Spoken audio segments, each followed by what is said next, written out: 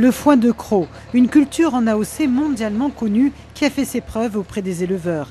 Des centaines d'hectares sont cultivés sur les communes du pourtour de l'étang de Berre, une zone économique qui pousse à l'urbanisation. Sur Istres, un projet de ZAC menace plusieurs dizaines d'hectares de terres cultivées.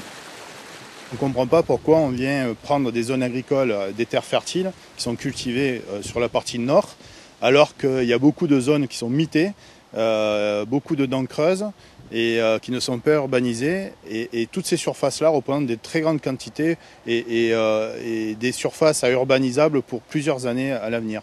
Par contre, ça coûte moins cher de venir prendre dans la zone agricole parce que là, il n'y a rien, donc c'est plus facile et ça coûte moins cher à urbaniser.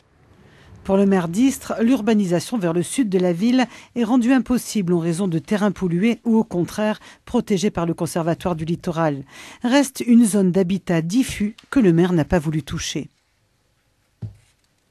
L'urbanisation serait coûteuse, très coûteuse, environ 100 millions d'euros, étant donné que les espaces sont très éloignés les uns des autres, que les maisons sont très éloignées, qu'elles sont généralement bien faites, bien aisées, et qu'à partir de là, ça ferait effectivement une demande financière trop lourde.